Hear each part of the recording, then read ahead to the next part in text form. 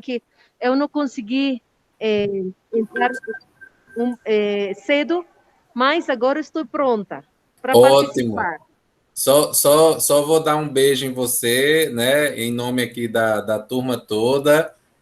Socorro, que também coordena aqui a turma, Helene. E vou passar para a nossa amiga Verinha, que ela vai fazer a mediação com você, tá? Um beijo. Tá, querido. Ra- Beijo, beijo, Rapaz, querido.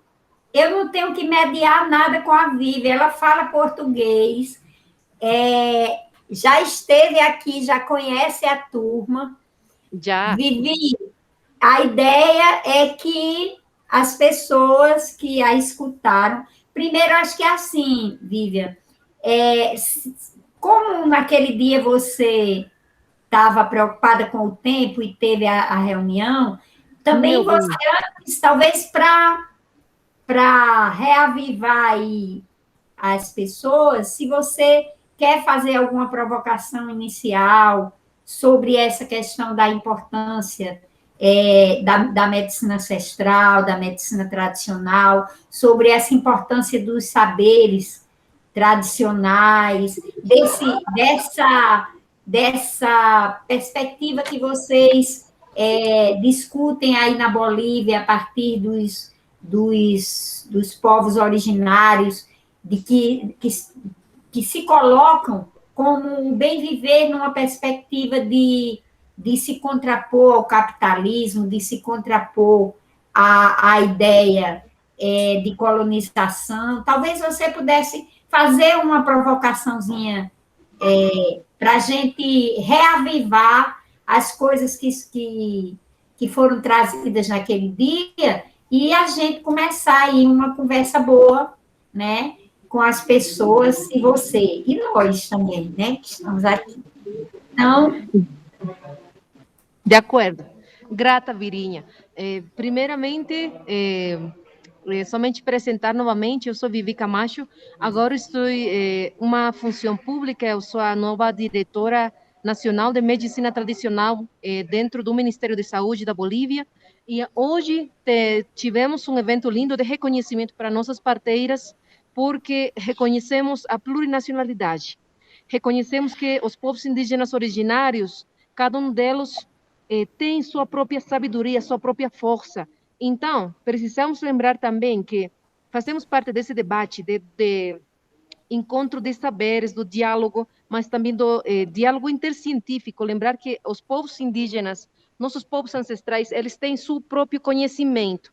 E também lembrar que desde aí precisamos posturar-nos, ter uma postura, uma visão que desde nós fazer as propostas para o mundo, desde o sul global, desde a nossa identidade ancestral, desde a força dos povos que ainda está viva, que é a ancestralidade, que é a espiritualidade, que é todo esse conhecimento que faz a vida ser vida, a produção e reprodução da vida.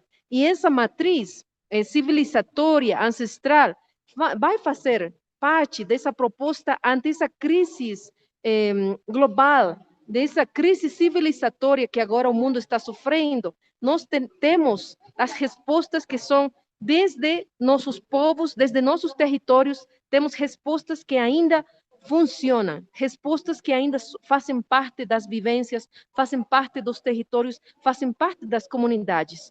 Assim que temos um longo caminho adiante, porque tem o racismo estrutural que ainda atravessa a nossos povos, tem esses ataques racistas que a gente sofreu durante o golpe da Bolívia, mas a gente continua forte, a gente continua renascendo, a gente continua eh, lembrando que somos povos de profunda beleza e profunda sabedoria.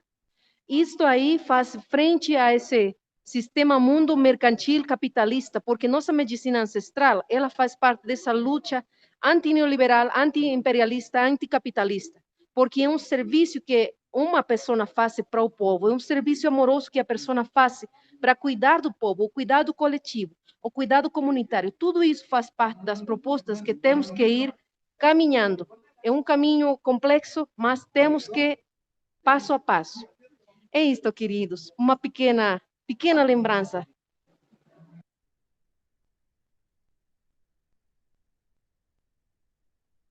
Então, pessoal, a ideia era que agora a gente pudesse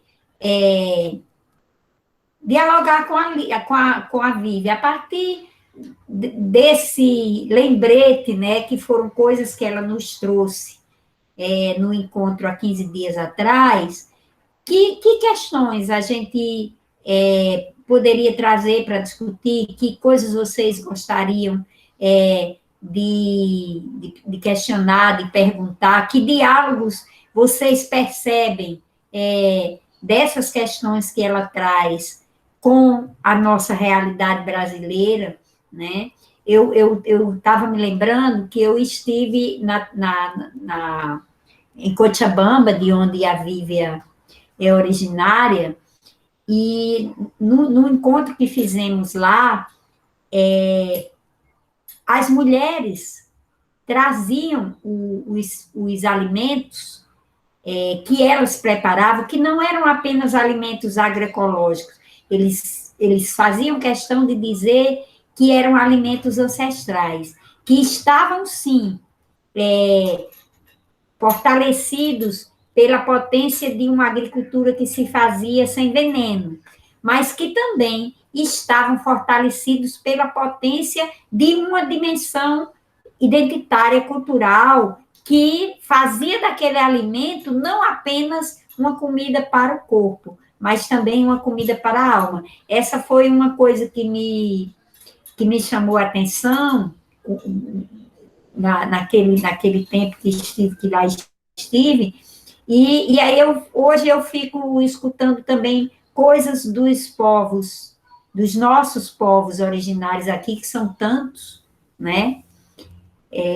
E fico pensando, que diálogos? Por exemplo, nós temos aqui, Vive, nesse grupo, uma pessoa que é dos povos indígenas do Nordeste, né? Como é isso para ela, né? Como é essa dimensão no seu povo? Acho que são coisas para a gente ir conversando.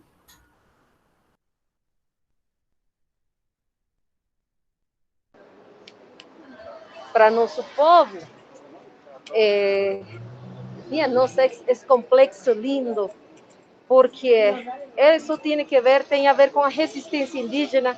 A cultura não é somente um adorno capitalista, porque às vezes o capitalismo ele digere todo e faz virar qualquer coisa mercadoria. Para nosso povo, a cultura, a identidade ancestral, tudo isso também é resistência cultural. Tudo isso faz parte da luta pela dignidade dos povos.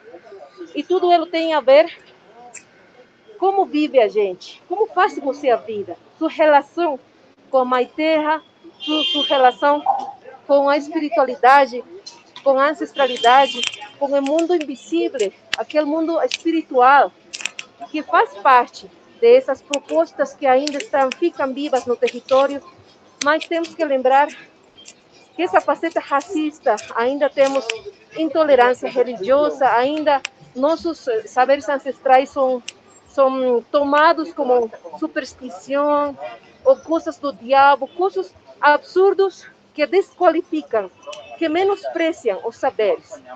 Então, para nossos povos tem a ver com alimentação, as danças, a música, tem a ver com os saberes, com os cuidados, as plantas, as cerimônias, os sítios sagrados, os rituais que a gente tem para semear, para a colheita, para o nascimento, para a morte, para receber a nossos ancestrais, para receber as almas quando elas vêm a visitar a gente.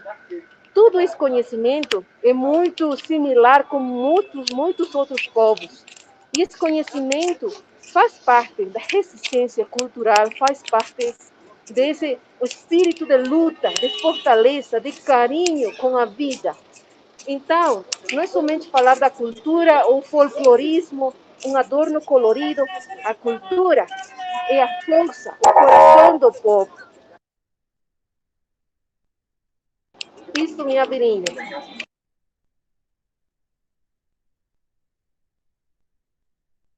E aí, pessoal, agora é com vocês. Deixa eu fazer uma pergunta, e aí aproveitar, assim, dar um abraço grande na Vivian, que eu estou conhecendo, assim, de estar presente, né, pela primeira vez, mas que eu já conhecia muito por escritos, por vídeos que eu vi e por tudo que minha mestra Verinha sempre me compartilhou, Vivian, dos seus diálogos e das suas construções. Eu quero colocar minha admiração, primeiro de tudo, por sua luta, junto com o seu grupo, com todos os povos aí, né, na Bolívia, e essa missão que você está agora, né, que eu imagino que não é fácil, mas é muito importante, né? Ainda mais nesse momento Grata, querida. que a gente tá vivendo, né? E aí eu queria te perguntar o seguinte, como é aí na Bolívia, vamos dizer assim, o reconhecimento ou não desses saberes dos povos originários e dessas práticas nos serviços de saúde? Ou seja, em que medida os serviços de saúde, né, nas várias comunidades, eles têm essa abertura ou não para estar acolhendo esses saberes e essas práticas como parte das ações de saúde, se eles valorizam, dialogam, ou é ainda como é assim no Brasil, onde a gente tem alguns avanços, mas de uma forma mais, né, mais dominante, e a gente ainda tem serviços que, por mais que estejam na comunidade, serviços de saúde, eles parecem que estão extremamente distantes da comunidade, entendeu? Isso, querido. A luta do povo boliviano tem a ver muito com que somos maioria indígena Tá no nosso baixinho, país. Vivian. Espera. Não sei se Olá, é. olá. Agora melhorou. Isto. Então, a luta do povo boliviano tem a ver muito porque nós somos maioria indígena camponesa. Isso faz um monte de diferença. É desde essas lutas que a gente se organiza para construir, lutar pela plurinacionalidade. É por isso que é uma tarefa do Estado, é uma dúvida social que nossos povos tenham a ser reconhecidos com nossos saberes. Assim que a gente, aqui na Bolívia, criou o Vice-Ministério de Medicina Tradicional Ancestral, mas durante o golpe de Estado fascista racista que a gente sofreu, ele foi eliminado, mas ainda tem a direção de Medicina Tradicional Ancestral, ainda está funcionando, é por isso que eu fui convocada para trabalhar aqui, mas precisamos recuperar esse vice-ministério. Precisamos que o vice-ministério volte, porque é um vice-ministério histórico que reconhece desde o Estado, a política pública, os saberes ancestrais dos povos. Temos a Política Nacional, Saúde Familiar, Comunitária e Intercultural, mas também temos nossa medicina tradicional ancestral reconhecida pela Lei 459. Então, tem o reconhecimento do Estado, mas tem também o racismo estrutural do colégio médico. Eles não reconhecem estes saberes, eles não respeitam estes saberes. Então, os exemplos que temos para de articulação, de complementaridade de saberes, ainda são pequenos, ainda são uns pontinhos, mas temos forte a medicina ancestral. Ainda que ainda não tem complementação com a parte acadêmica, a gente tem medicina ancestral viva nos territórios. E vamos fortalecer isso, mas também pretendemos promover a complementaridade de saberes com a academia, com a medicina convencional. Isto, Pedro querido.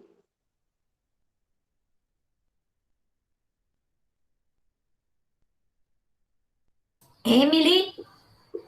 Obrigado, Vivian. Emily, agora. Boa noite, Vivian. Eu pertenço à tribo Chucuru-Dororubá, ela é daqui do Nordeste brasileiro. Eu sou uma misturinha, minha mãe é índia e meu pai é branco. E hoje eu estou fazendo pós-graduação em saúde indígena. São Paulo tem a Unifesp, que ela proporcionou isso aos profissionais que trabalham diretamente com a comunidade indígena, de poder ter esse contato, esse aprimoramento e ter essa troca. Não ser só a biomedicina, e ser só a medicina tradicional, e haver essa troca, o meio de comunicação para todos os lados aprenderem e isso conduzir da melhor forma, que a gente sabe que tem algumas tribos que são mais redias, né, para quanto a questão da medicina tradicional, e também a questão que hoje é o que meu povo tem uma grande representatividade, que o cacique da tribo, ele se candidatou à prefeitura e ele foi eleito. Mas ele não pôde assumir porque no passado ele sofreu emboscada por causa dos conflitos de terras, que eu até já mencionei em outra aula, que é de certa forma bem recente ainda para a gente, né, para a comunidade indígena lá, ter esses conflitos com os fazendeiros. Então ele sofreu um atentado e a comunidade revoltada ateu fogo em algumas propriedades. Então rolou todo esse processo, ele como cacique foi quem de certa forma se tornou o réu da situação e hoje ele está de certa forma impugnado, né? Não está podendo assumir, mas ele está como uma categoria lá na secretaria até poder se resolver essa situação dele. Então é uma coisa que ele sempre enfatiza, é o lugar do povo, o lugar do índio, o lugar de qualquer pessoa onde ela quiser estar. E essa luta está cada vez maior, mais crescente para o povo indígena assumir o seu papel de professor, de médico, de dentista, e ele ser o que ele quiser, e o próprio indígena atuar dentro da comunidade. Nada melhor do que ele para saber e conhecer, né, seu povo. Então está tendo muito isso. Muitos indígenas hoje estão assumindo esses papéis e trabalhando diretamente com a comunidade. É isso. Grata, querida, muita força para o povo brasileiro, porque sabemos que esse desgoverno fascista que vocês têm lá é de discurso do ódio contra o povo indígena. Esse sem vergonha, desculpa, mas aquele senhor se apoiou... Pode dizer mais, isso é vergonha ainda é pouco. Aquele sem vergonha apoiou com financiamento o golpe da Bolívia, porque o discurso do ódio contra o povo indígena fez parte disso. E aquele sujeito enviou e apoiou esse golpe nefasto com a massacre de nossos irmãos. Então, gente, estamos juntos lá na luta. Na luta tem que ser antifascista global, porque o fascismo não tem, é um absurdo que nega, que vai contra a vida toda.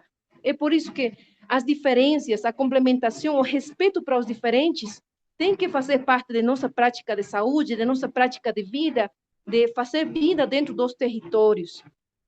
Meus queridos, eu preciso ir agora para outra reunião.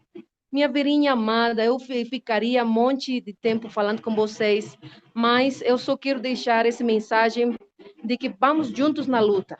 Tudo tem um tempo, tudo tem um momento, mas quando a gente toma a mão da gente, vamos juntos e juntos somos fortes. Lembra sempre disso, por favor. Vivi, tinha só mais uma pessoa que tinha levantado a mão, eu não sei se ela podia rapidinho dizer, porque pode ser alguma dúvida, foi a Nara. A Nara foi eu mesmo, professora.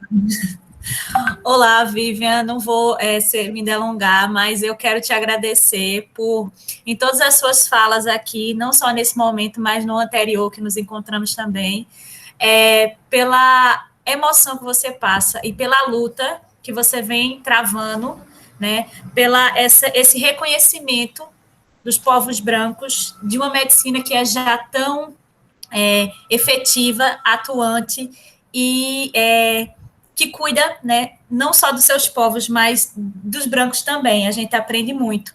E, assim, quero te agradecer por essa partilha e também, né, desejo muito que aqui no nosso país, né, cada vez mais nós tenhamos Vívias e como você aqui para lutar, né, pela essa causa tão nobre que, infelizmente, por séculos e séculos a gente abafou, deixou de lado, né? Reconhecendo que a medicina tradicional ancestral, que é mãe, né, de tantas outras medicinas, né? A gente costuma dizer que se não houvesse cuidado com a natureza, não existia todos esses outros cuidados. E eu acho que agora está numa questão que a gente precisa muito retomar isso. e vejo esse momento como uma grande esperança nesse futuro. Muito obrigada. Grata, queridos. Eu deixo um beijo para vocês e sempre lindo falar, conversar, crescer. Verinha, Verinha amada desse caminho lindo da saúde popular em Brasil. Vamos juntas aprendendo o tempo todo, porque todos somos mestres e todos somos aprendizes. Abraço muito grande e espero até a seguinte oportunidade. Obrigado, Vivian. Até mais. Grande abraço. Grata, queridos. Gratidão, Vivi. Eu fiquei pensando aqui, gente, que nesse momento, e quando a Vivi traz essas questões, por exemplo, a Bolívia se reconhece um país plurinacional, né? E reconhece essas várias nacionalidades que tem dentro dele. Eles têm é muito interessante, e assim, eu vejo um diferencial em relação ao nosso país, porque, por exemplo, lá, a região que a Vivian vive, que é a região de Cochabamba, de Santa Cruz de la Sierra, de Sucre, é a região onde vivem os quechuas, que é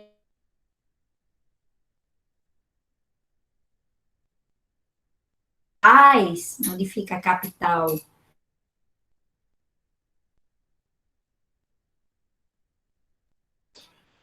Mas e cada um tem suas próprias culturas, seus. E assim, quando você anda nas. As pessoas falam, não é um dialeto. O castelhano, o espanhol, é muito mais dialeto do que o quechua. O quechua é falado. Então, eu me lembrei porque eu escutei o Davi Copenau falar de que quando se tira a língua, se tira a identidade, né? Se fragiliza a identidade.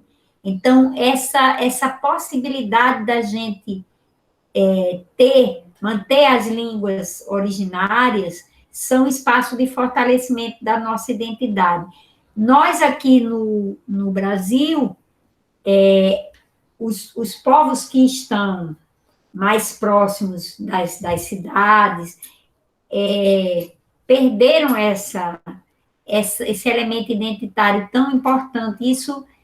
Mas isso não foi suficiente para fragilizar a luta. Eu fico escutando e acompanhando as lutas dos povos indígenas de Pernambuco, dos paraibanos, dos povos da Bahia, de Sergipe, Alagoas, do Rio Grande do Norte, que reconstitui sua história agora, daqui do Ceará, que é uma luta potente, né?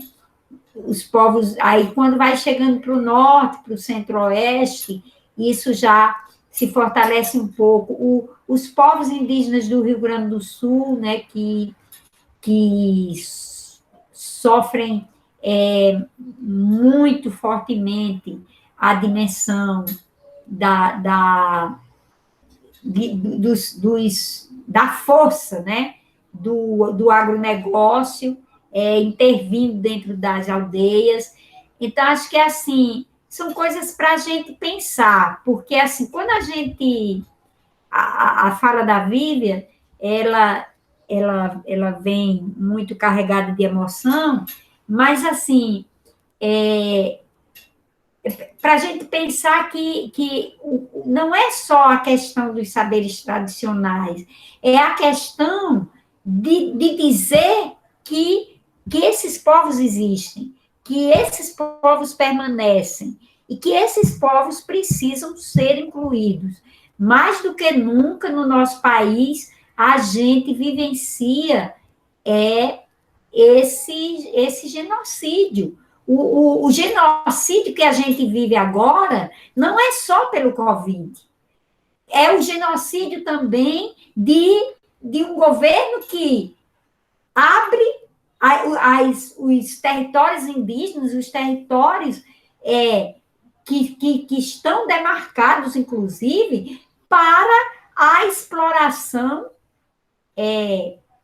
do agronegócio, para a exploração dos territórios. Eu não sei se vocês tiveram a oportunidade de ver o vídeo, o filme, o documentário que foi produzido, eu esqueço o nome do diretor, junto com o Davi Copenau, que é alguma coisa Floresta Viva, e ele diz o seguinte, que quando os garimpeiros entram com o mercúrio para a exploração do ouro,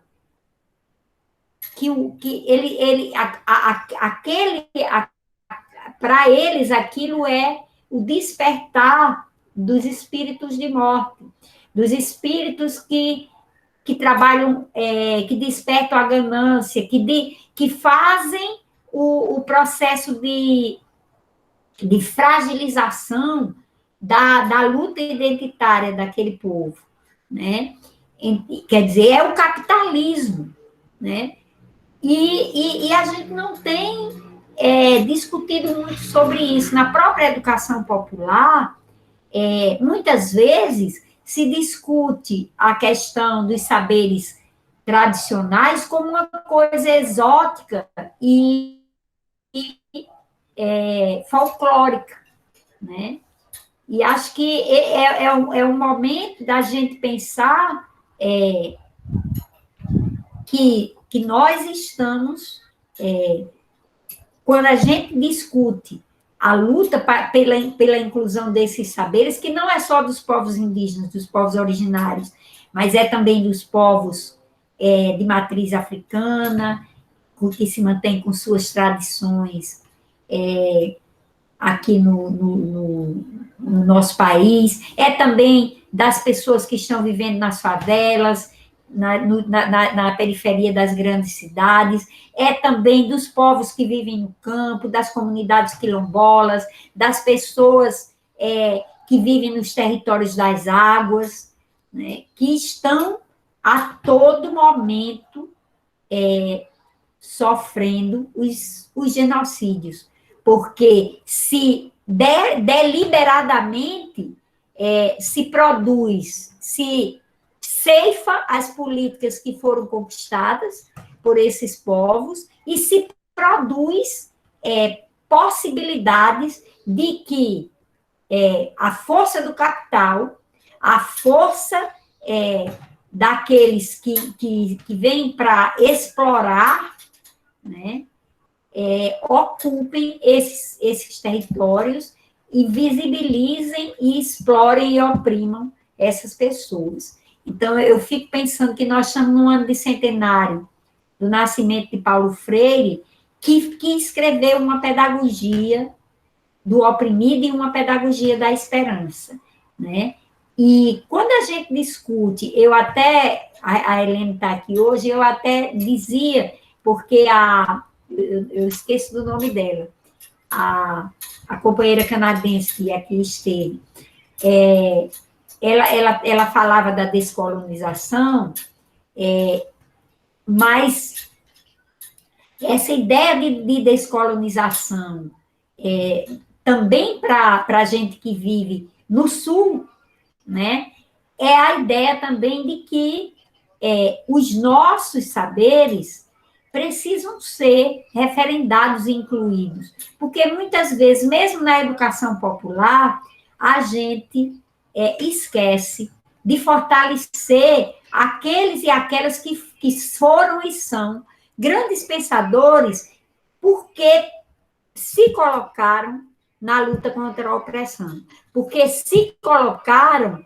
para dizer que a gente produz saber, né? E aí eu entrei em contato com uma escrita de um colombiano chamado Guerreiro Arias, que ele diz o seguinte, ele fala de coracionar, ou coracionar, né? Porque ele diz que o conhecimento não pode estar apartado dos afetos, não pode estar apartado da dimensão que pensa os seres em relação, né?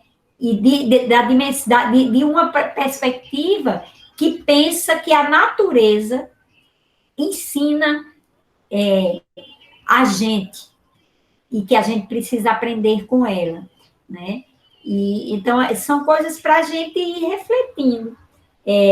Como é que a gente tem pensado essas dimensões no contexto da educação popular e nessa perspectiva libertadora que a educação popular nos aponta, né? Só para a gente problematizar um pouquinho mais e aproveitar o tempo que a gente está junto.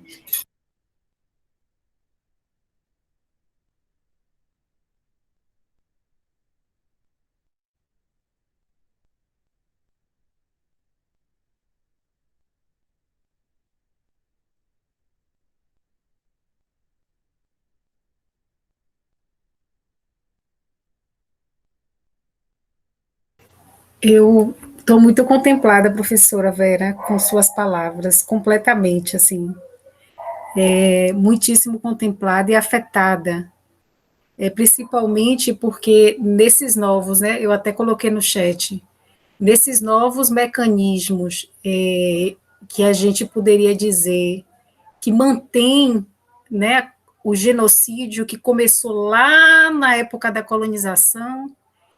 Hoje, esses mecanismos têm, de certa forma, a legitimação do Estado, e aí é pesado, né? E aí, quando você tem o Estado legitimando os representantes no governo, autorizando, isso é complexo, né? Isso é complexo, e eu acho que, mas isso do mesmo modo se reverte, né? Traz como consequência, talvez positiva, essa necessidade de organização e constituição maior de redes, né? Eu acho que é isso que a gente tem falado aqui, fica muito latente para mim também. Isso do você estar se conectando localmente para constituir as resistências, porque elas nunca deixaram de existir. Nós sempre resistimos. Essa história de que a gente aceita todas as coisas de qualquer maneira, isso não existe. Obviamente que a gente, como teve e tem até hoje pessoas, de certa forma, controlando e à frente dos espaços de poder da própria universidade, nessa elite, tem se mantido esse discurso, essa narrativa que tem se desconstruído muito, porque hoje a gente fala muito da descolonização dos saberes, né? Hoje a gente está podendo acessar de forma muito ampla e temos tido a oportunidade também de estar nos espaços da universidade de construção de saber com pessoas de diferentes locais, mais do que nunca, né? Então, isso também tem promovido essa troca,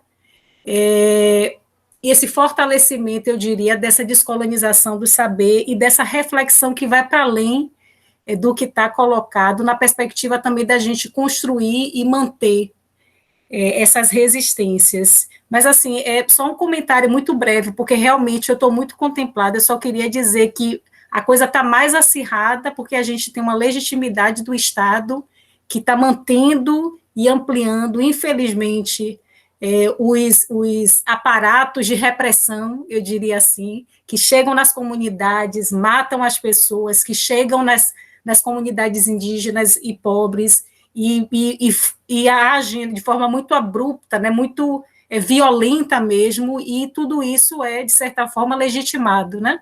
O presidente está aí, a gente está vendo a matança, a gente está vendo o desmatamento, a gente está vendo a redução da terra, da terra frutífera, digamos assim, que pode manter alimentando, né, na verdade, contribuir com a manutenção da alimentação nossa, da alimentação da população indígena, da manutenção da nossa cultura, porque isso também é cultura, né? Então, assim, só um comentário muito breve, estou muito afetada com a fala da senhora, muito mesmo, só um comentário.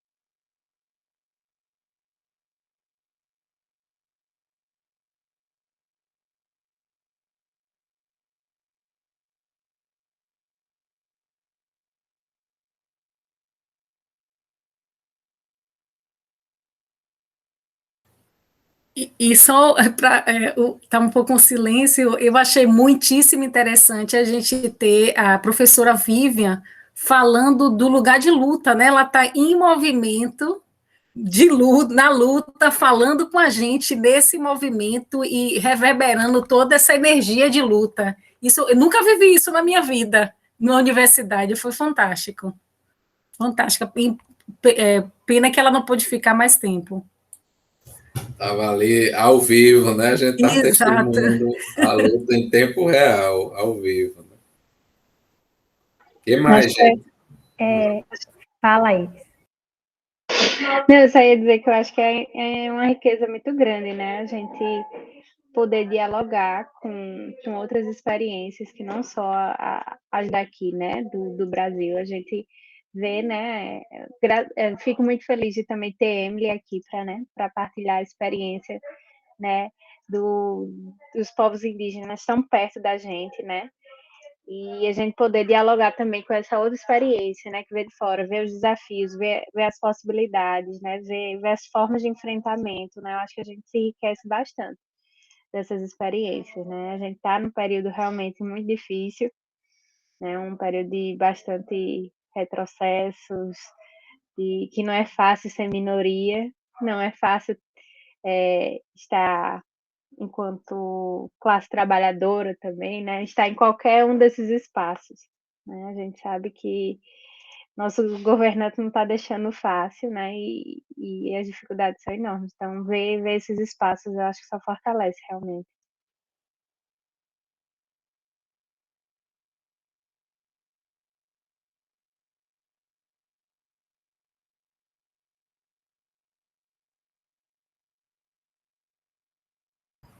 Oi.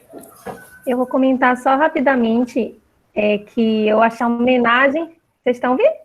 A homenagem às parteiras, porque eu achei assim, nossa, aqui a gente, né, não vive, eu não sei quando foi que eu ouvi dizer alguém que teve o parto, né, com parteira, assim, né, na nossa convivência, nas nossas relações. É claro que ainda no campo, né, em lugares onde a gente não tem uma assistência médica, né, tão assim acessível, ainda existe, né, a figura das parteiras, mas eu achei importante que ela estava na cidade, né, e dentro do Ministério da Saúde lá da Bolívia, esse reconhecimento. Então, eu acho que é um passo importante, institucionalmente, se reconhecer a importância, né, dos saberes dessas parteiras, e enquanto que aqui a gente tinha, no sentido cada vez mais do parto cesáreo, né? Então, eu não sei a realidade de vocês aí nos estados de vocês, mas aqui, né, na cidade que eu moro, Salvador, a gente tem uma dificuldade muito grande nas maternidades, né? A gente tem a atenção básica que faz todo o pré-natal, acompanha as mulheres, mas a partir do momento que ela se aproxima do momento do parto, ela não sabe onde ela vai ter o bebê. Né? Aqui é assim também, Roberta. Não existe esse direcionamento. A gente tem Pois é um escândalo, o noticiário que as mulheres ficam, aí a bolsa que rompe, estoura a bolsa, aí fica peregrinando de hospital em hospital, né, para ter esse bebê, aí muitas vezes que acontece sofrimento fetal, aquela criança muitas vezes vai evoluir com a deficiência física, mental, né, então é uma cascata de eventos, quer dizer, a gente cuida, faz aquele pré-natal, tem todo esse cuidado, e no momento que a mulher precisa, ali naquela vulnerabilidade, precisando, né, desse apoio, desse suporte, o Estado nega isso, né? Aí eu fiquei refletindo, né, nessa diferença de realidade. Eu não deu tempo dela, ela acabou tendo que sair, mas fiquei muito curiosa para ver como é isso. Pedro até chegou a contar, né, no serviço de saúde, essa aproximação dos saberes tradicionais, porque aqui a gente tem uma cultura médica cada vez mais caminhando para essa questão do parto cesáreo. O parto normal ainda assim é defendido, claro, por muitos profissionais, muitas pessoas, né, fazem a adesão ao parto natural, mas a gente não tem uma rede que propicia parteiras, por que não, né? Se a gente tem condição, se a gente tem pessoas capacitadas, né, que tem esse conhecimento e a possibilidade de fazer um parto mais natural, que possa ter esse monitoramento também, que seja feita numa estrutura que possa facilitar no caso de uma intercorrência, enfim, mas essa valorização desse saber, né, de tanto tempo atrás, meus pais nasceram de parteira, né? Então, é isso, eu acho que é uma diferença muito... Na fala dela, me parece o Brasil, apesar de toda essa riqueza cultural que a gente tem aqui, eu acho que muito mais no sentido de indígena, branca, tudo muito misturado aqui, pela nossa colonização muito maior, assim, a ponto de chegar no nível da saúde e ter essas políticas, né?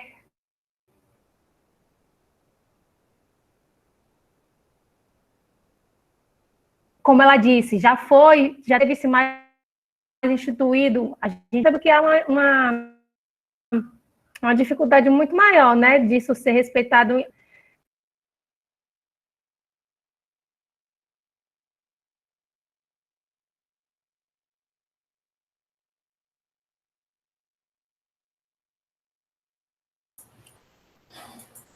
Acho que agora é Nara, né? Depois Socorro. Que Nara tinha pedido, mas a mão abaixou.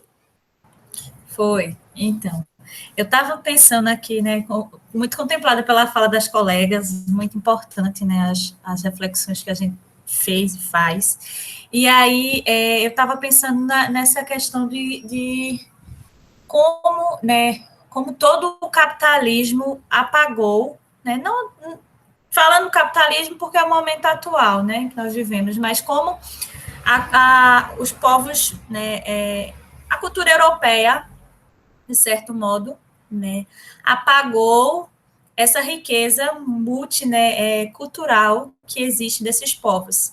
E daí, não só apenas dos povos indígenas, mas dos povos afrodescendentes, né, dos povos... E aí eu fiquei lembrando, porque hoje eu estava vendo um documentário sobre os povos ciganos, né, que também tem toda uma cultura, né, muito rica, muito bonita, e que também, né, é marginalizada, né,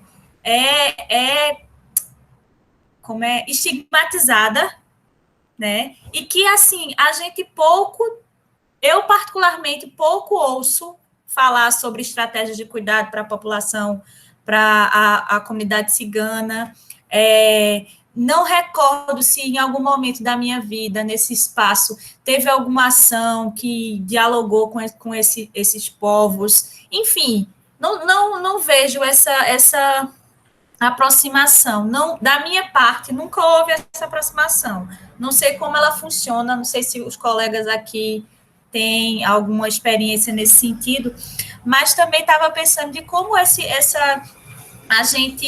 o colonizador, né, tentou trazer essa cultura da Europa para todos os espaços, e a gente ainda, né, na condição de colonizados, né, e colonizamos ainda, porque a colônia ainda não acabou, né, a gente só mudou, mas, de certa forma, a gente continua no modelo de servir, né, ao modelo capitalista, ao modelo europeu, ao modelo americano. A gente sempre quer copiar o que está lá fora, e a gente vai cada vez mais aniquilando a nossa própria identidade, né, e a nossa própria cultura, né, o que é nosso, de fato, né.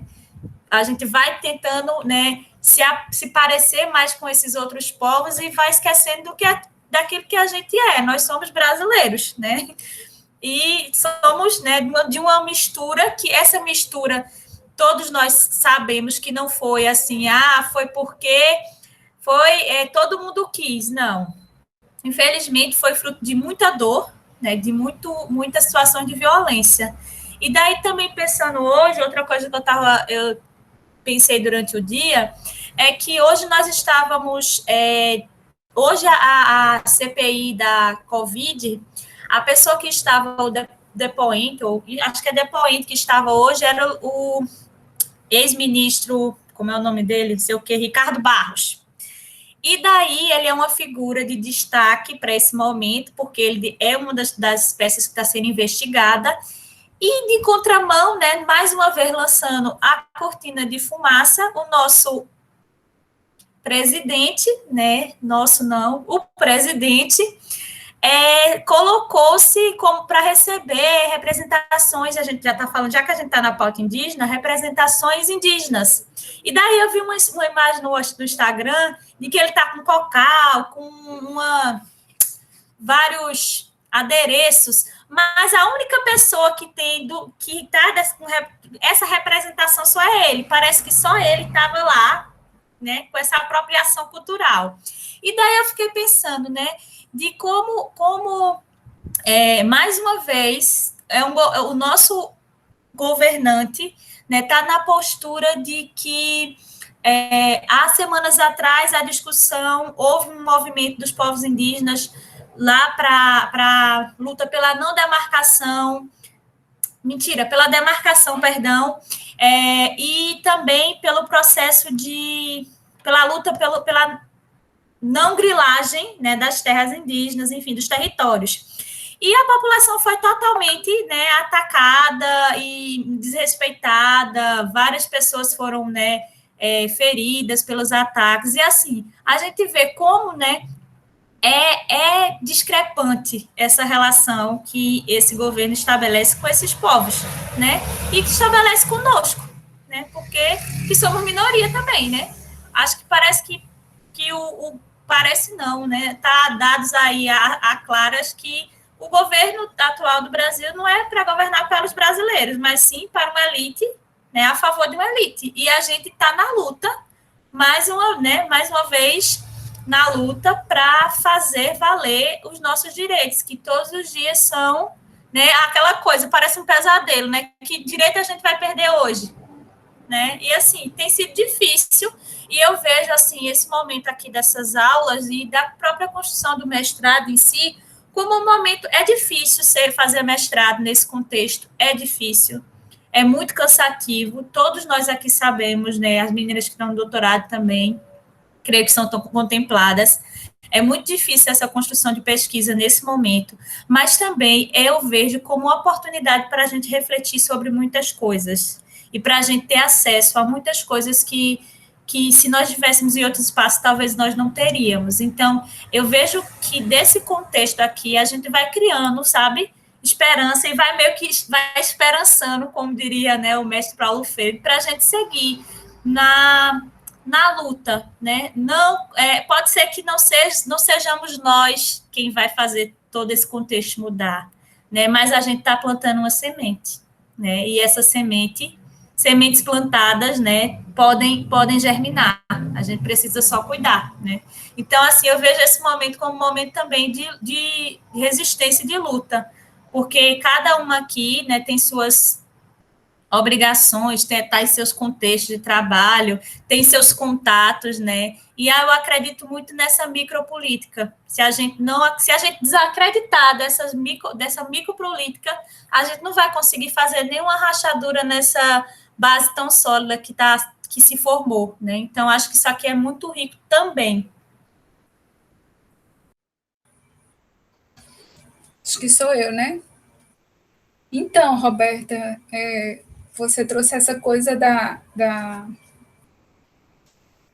obstetrícia. Aqui a gente também não tem uma rede que ampare essas mulheres. Elas, de fato, fazem o pré-natal na atenção básica, mas não há garantias, né, de quando ela entra em trabalho de parto, ela vai ser recepcionada pela maternidade. Eu me lembro que acho que 2, 3 anos atrás, teve a Rede Cegonha, né, que foi um movimento do Ministério da Saúde, justamente para, junto com os municípios, tentar construir essa rede e amparar essa mulher no momento do parto. Mas a gente teve sérias dificuldades para fazer isso. De fato, a gente não conseguiu, a gente até pensou, a gente planejou, mas a gente não consegue concretizar. E aí a pergunta que fica é por que a gente não consegue concretizar? Né? Porque a gente tem esse modelo social que é o capitalismo, né? E assim, tem uma lógica que ele cota o Estado, mas também a sociedade, e é uma lógica que sujeita a saúde e a educação, então transforma tudo em mercadoria. Então, a gente não consegue entrar nas maternidades para fazer essa construção de uma rede. Né? E o que a gente vê, efetivamente, eu tenho uma colega que fez um trabalho de pesquisa com essas mulheres em trabalho de parto, e quanta violência obstétrica ocorre naquele momento, né? Então, assim, a gente não avançou e dificilmente a gente vai avançar, sobretudo nesse contexto que a gente se encontra hoje. Agora, como que a gente, né, resiste a isso? E aí, nesse lugar da academia, eu fiquei pensando nesses dias, quando eu fui olhar, né, começando as aulas agora, no meu plano de ensino, eu não vi, por exemplo, a gente não colocou nenhuma autora, nenhuma intelectual negra, nenhuma intelectual mulher, nenhuma intelectual indígena, né, para fazer, né, esse contraponto. Quando eu olhei, tinha eminentemente homens, né, que discutiam, assim, nessa perspectiva que a gente, mas não tinha, né, as mulheres a partir desse lugar. Então, eu acho que a gente precisa, inclusive, mudar os nossos planos de ensino a partir de agora, repensar isso, né, trazer isso para a discussão dentro da sala de aula, sabe? Não dá para a gente fazer isso só nesse espaço, a gente precisa levar isso para a graduação, a gente precisa discutir isso nas nossas extensões, a gente precisa fazer pesquisas, porque senão é isso que a Vera disse, a gente precisa incorporar isso, a gente não precisa só conhecer, mas a gente precisa incorporar isso, e a gente pode incorporar isso de diversas maneiras. Então, pensar em possibilidades outras a partir de agora, né, para trazer isso à baila, à tona, à discussão, sabe? É isso.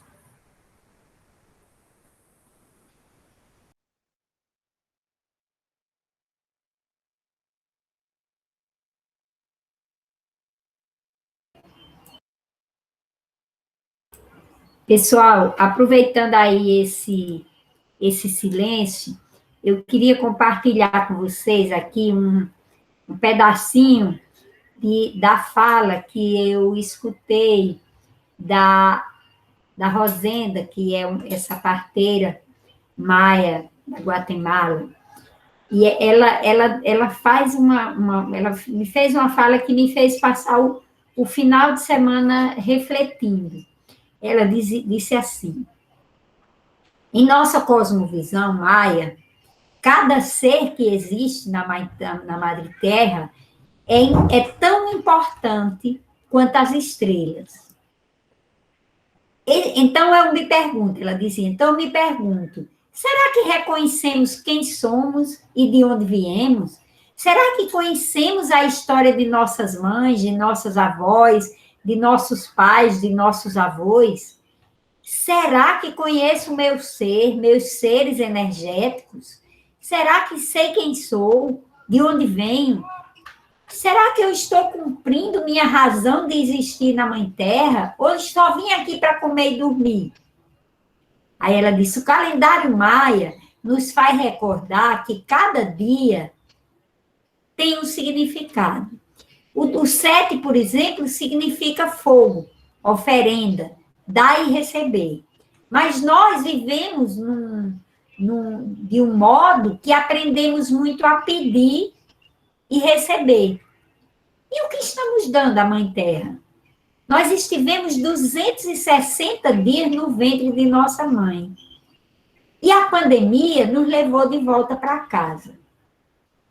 Será que não seria um tempo para a gente refletir, para regressar ao ventre de nossas mães e nos colocar ao serviço da Mãe Terra, de tudo que nela existe, de tudo que existe no cosmos? Porque nós somos parte dessa família do cosmos. Nós somos estrelas, somos flores, somos sangue e merecemos respeito, né?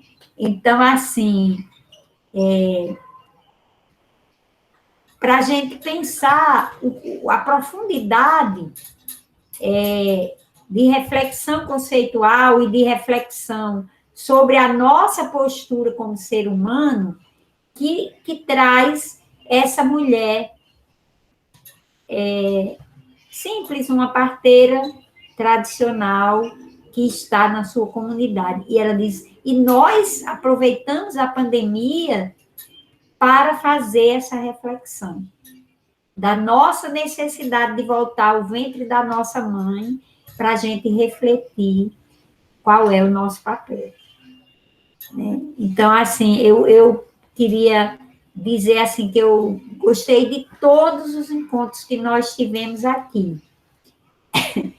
Mas parece que quando a gente não tem a responsabilidade de ter uma pessoa que fala, que é a dona da fala, parece que eu sinto agora, escutando o que vocês trouxeram, de como é potente a reflexão que a gente faz quando a gente fala a partir do nosso protagonismo, né? É isso. Exatamente. Por falar nisso é que eu já falei aqui no chat, né, que eu queria muito escutar algumas pessoas que eu escuto pouco aqui na aula, que elas possam ficar à vontade para falar um pouquinho. Pode, se não quiser falar, escreve no chat alguma coisa, ou faz alguma pergunta, traz alguma consideração. Eu acho que é muito legal a gente escutar, como o Verinha falou, essas diferentes vozes, escutar vocês, como é que vocês estão elaborando, como é que vocês estão pensando, porque de repente vocês vão trazer indícios e perspectivas que a gente não está nem pensando, né? Então, assim, enquanto vocês vão se animando aí para falar, né, mais pessoas, eu queria fazer um comentário também, e aí fazendo um comentário mais interno da educação popular em saúde, assim, entre nós que estamos nessa estrada da educação popular em saúde, um comentário mais avaliando o campo da educação popular em saúde. Uma das coisas que Verinha sabe, que eu, desde que eu conheci a Sendo Poesia, eu me apaixonei pela Sendo Poesia, pelo trabalho, né, do Rai Lima, dela, de tantos e tantos, Júnior Santos, tantas da Josi, tantas e tantas pessoas queridas que desenvolvem esse trabalho com a Sendo Poesia, mas uma das coisas que mais me chamou a atenção quando eu conheci a Sendo Poesia é porque, pelo menos pelo que eu aprendi e pelo que eu convivi, a educação popular em saúde ainda, muitas vezes, ela está dentro de uma lógica ocidental, racional, entendeu? Assim, dominante. Por mais contraditório que pareça eu dizer isso, mas o que eu quero dizer, assim, é que a educação popular em saúde, dominantemente nos escritos dela e até nas práticas dela,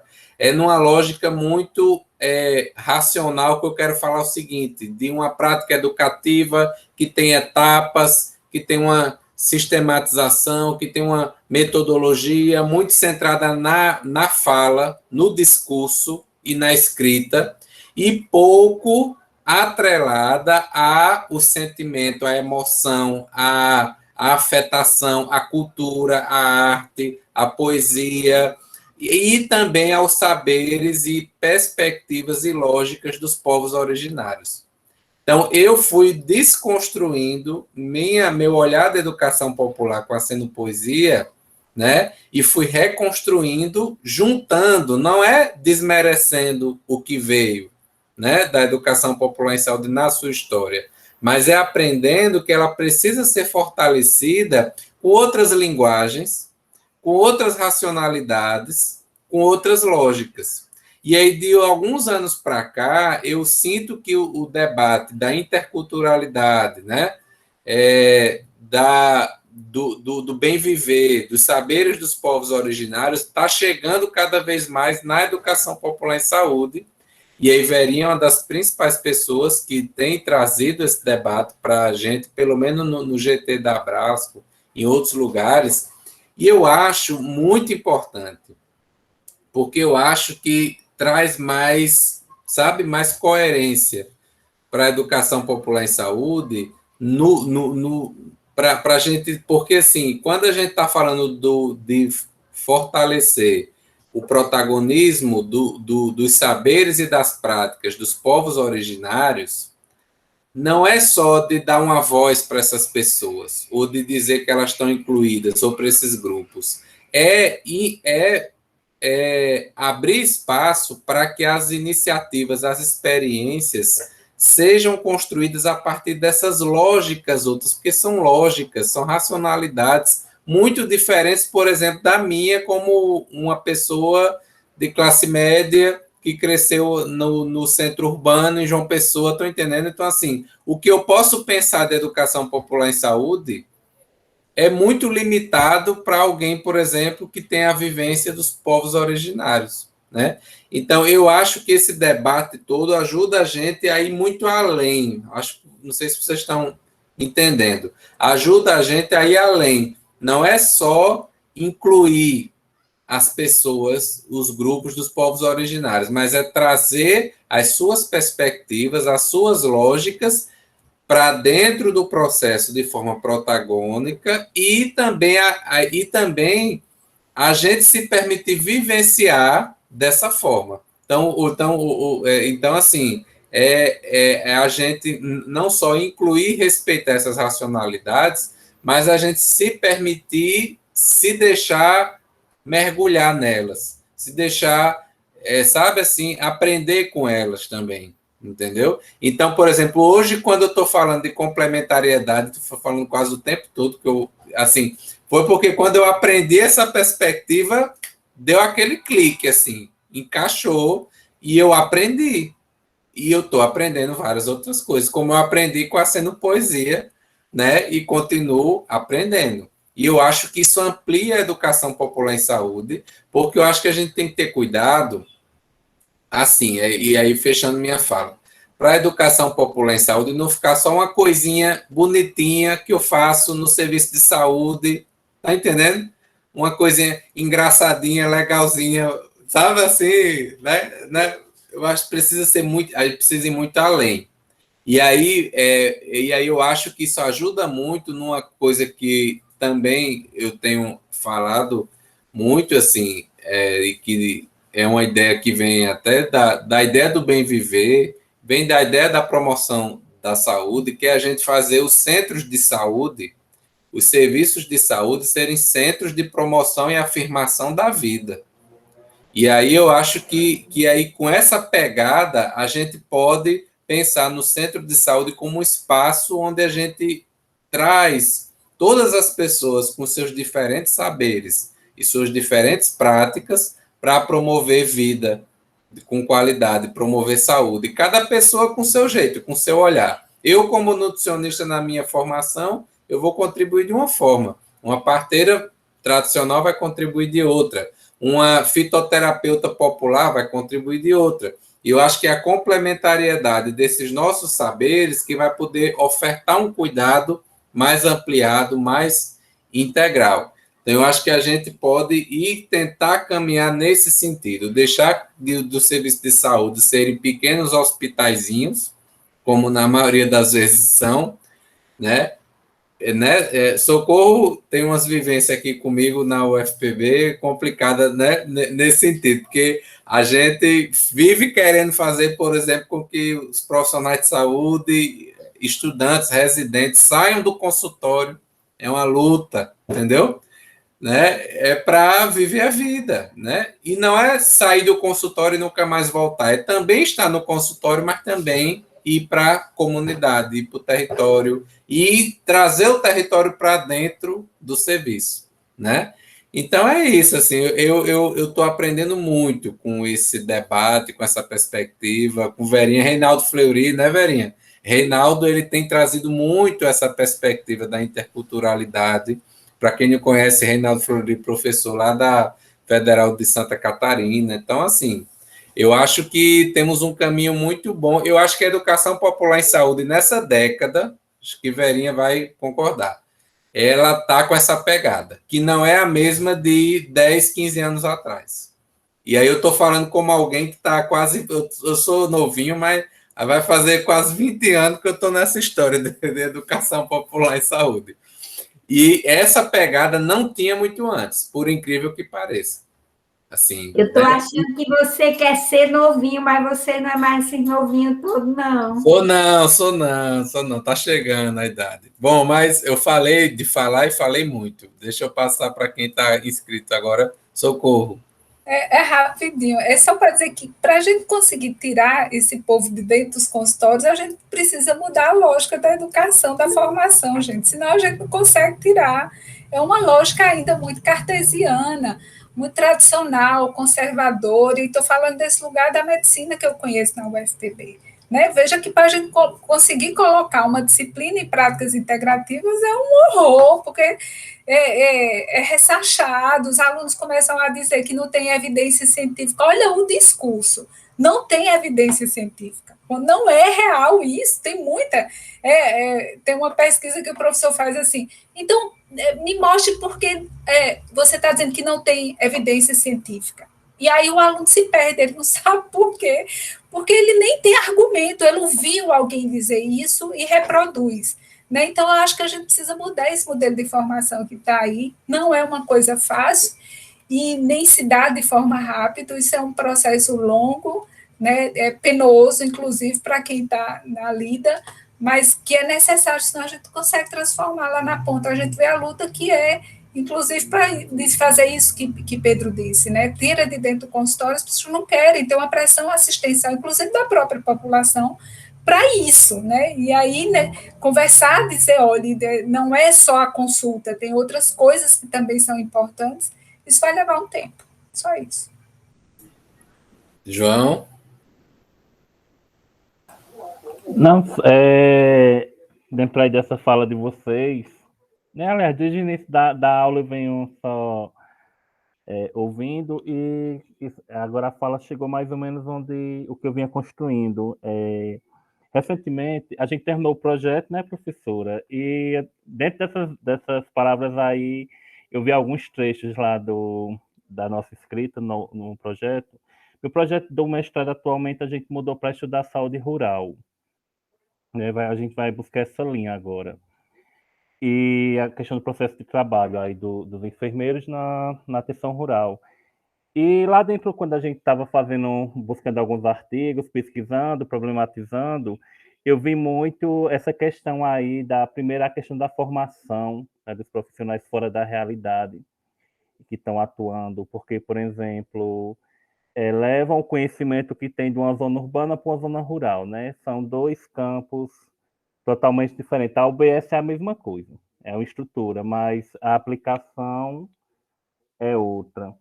Aí vem também a questão aí da fragilidade dessa nova PNAB, né, que foi implantada em 2017, que também tem pouca contemplação aí dentro desse processo. E outra coisa importante aí também é a questão de ouvir o usuário, de conhecer a realidade da tua população, porque, por exemplo, a gente não pode dizer que a zona rural do Brasil é igual, né? Cada região tem suas especificidades, por exemplo, na Paraíba a gente vai ter de uma forma, do que lá em Manaus já vai ser outra, a gente já vai encontrar outras dificuldades, embora sempre bate dentro da questão da acessibilidade, né? Uma questão que aí vem gritando faz tempo, especialmente para área rural, aí vem também outros problemas, como a própria questão da cultura, né, que o pessoal muito da zona rural tem sua cultura, tem a questão do chá, então a gente vai pegar lá um profissional que vai só para medicalizar, gosta de estar empurrando antibióticos, desrespeita aquela cultura, então minha fala vai muito nessa questão, achei bem importante colocar isso, e se reforçou mais a importância de um estudo aí futuramente, né, para amadurecer, de chegar assim, a ouvir a população em relação sobre o que eles veem, sobre a acessibilidade, sobre o processo de cuidado em relação ao que estão recebendo, o que é muito importante aí para a construção da saúde. Se a gente ouvisse, montasse melhor o perfil da nossa população que a gente dá assistência, eu acho que a assistência seria bem diferente, que você poderia fazer em cima daquilo, das reais necessidades, né? E não no que manda a lei. Porque, por exemplo, eu vi lá uma crítica no texto que dizia que o pessoal que vai trabalhar na zona rural, por exemplo, aplica o que a PNAB manda na zona urbana. Só que está totalmente descontextualizada, não aplica o que é da tua realidade. Aí acaba que não oferece uma assistência o suficiente. Por exemplo, aqui dentro da minha realidade, a população é mais rural.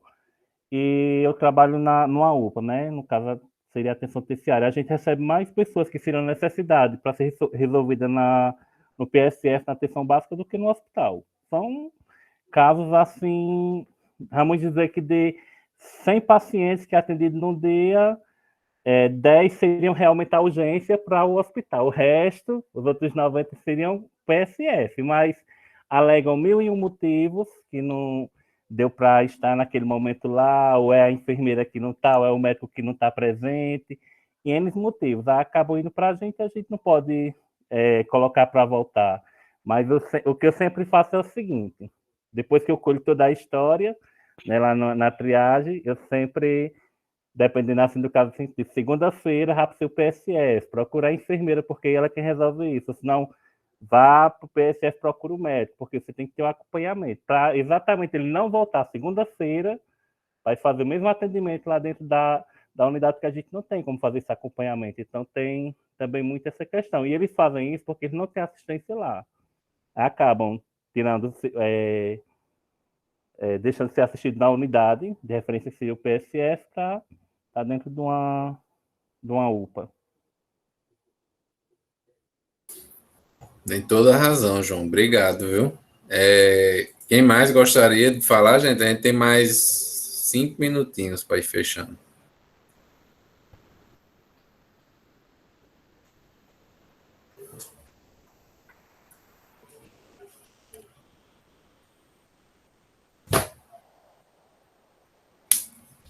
Pedro, a balada aí tá séria, né? Tô vendo até o jogo de novo.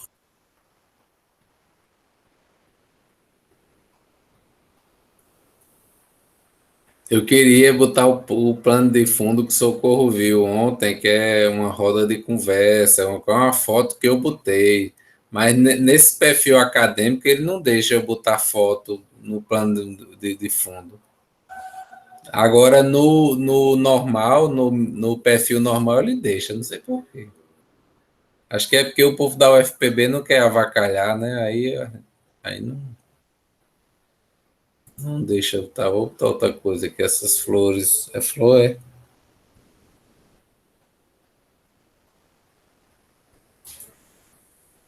Tá mais sério. Então aqui, pronto, aqui tá melhor. E aí, minha gente?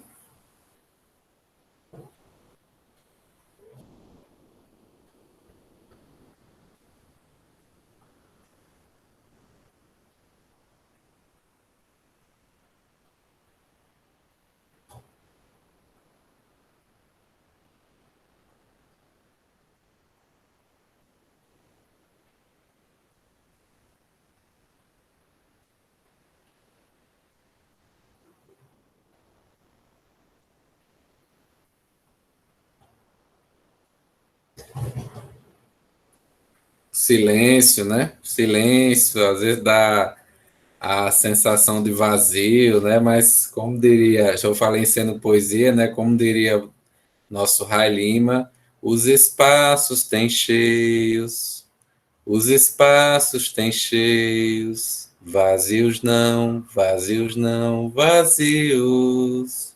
Os espaços da vida, os espaços têm vida, não são em vão. Vazios não, vazios não, vazios.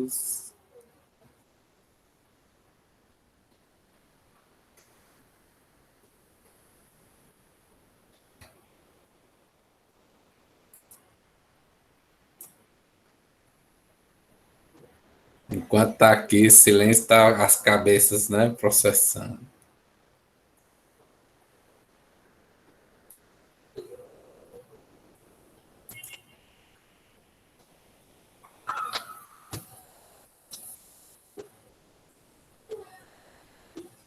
É isso, então, por hoje? Então tá. Então, assim, não sei se Verinha quer acrescentar mais alguma coisa antes da gente fechar. Não, só aqui que a Cláudia me mandou aqui uma mensagem dizendo que se tiver oportunidade, ela gostaria de... Ela, na realidade, Pedro, ela tomou ontem a vacina, e aí estava com a reação da vacina, né? Mas é uma outra pessoa com uma experiência muito interessante, porque ela é uma... Eu não a conheço, pessoalmente, ela é uma correspondente do jornal Brasil de Fato, aqui no Brasil, mas ela acompanha os movimentos por vários países. Quando teve o golpe na Bolívia, ela foi fazer a cobertura lá, né? Ela acompanha o pessoal que vive em ilhas isoladas, população migrante, faz um acompanhamento também às mães da Praça de Maio, ela é jornalista, né? E então, é uma experiência que eu acho que vai ser muito interessante para nós, assim, que a gente vai trazendo pessoas de vários campos, né? E isso vai nos ajudando aí também pensando esses diálogos que a educação popular em saúde faz com esses outros campos, né? A experiência que a Sandra Paia nos trouxe, você não estava, mas ela é médica, né? Nascida na Colômbia, mas ela optou, por exemplo, por fazer um caminho que não é o de atuar na medicalização, né? E eles trabalham com as escolas, dentro dessa perspectiva do bem viver, né? Do protagonismo dos estudantes. A Vívia, por exemplo, é médica, cirurgiã, e fez uma opção para voltar para as práticas tradicionais do seu povo, e virou parteira tradicional, né? Aprender com os saberes ancestrais, e hoje é essa referência. Então, acho que a gente, essas coisas que a gente vai se abrindo para, por exemplo, a menina do Canadá faz o trabalho da redução de danos, né? Então, você vai vendo que o Agostinho, que vai vir na próxima semana, traz a experiência da saúde mental comunitária a partir do que ele chama de clínica placeira, né? Discutindo o movimento antimanicomial. O Davi vai trazer a experiência dos direitos humanos a partir do trabalho com crianças e adolescentes na periferia de Santiago, uma experiência lindíssima que eu tive a oportunidade de conhecer, né? Então, assim, assim, uns são da saúde, outros são de outros campos, mas de como é potente, e aí, ao mesmo tempo, a gente escuta a dona Palmira, né? Ao mesmo tempo, quer dizer, a gente pode fazer os voos longe, né? Mas a gente volta, como diz a parteira Rosenda, para o ventre da nossa mãe, né? Aí eu me lembrei de uma cantiga, né, que me veio numa meditação, que diz isso: somos águia, somos condor, somos arara, somos beija-flor, podemos voar, e além do horizonte podemos mirar, porque somos espirais. Então, eu fico pensando que nós, nesse encontro, eu acho que isso não é uma disciplina, né? Porque aqui a gente tem feito tudo menos disciplinar, né? Acho que é uma grande roda de encontros, né? É isso. É isso aí. Fala com ela se ela pode vir no dia 2 de setembro, porque 2 de setembro só está a Helenice, então no último dia fechava com ela também. Tá? Vou conversar. Está muito bom, gente. Um grande abraço para vocês, se cuidem, tá? E a gente se encontra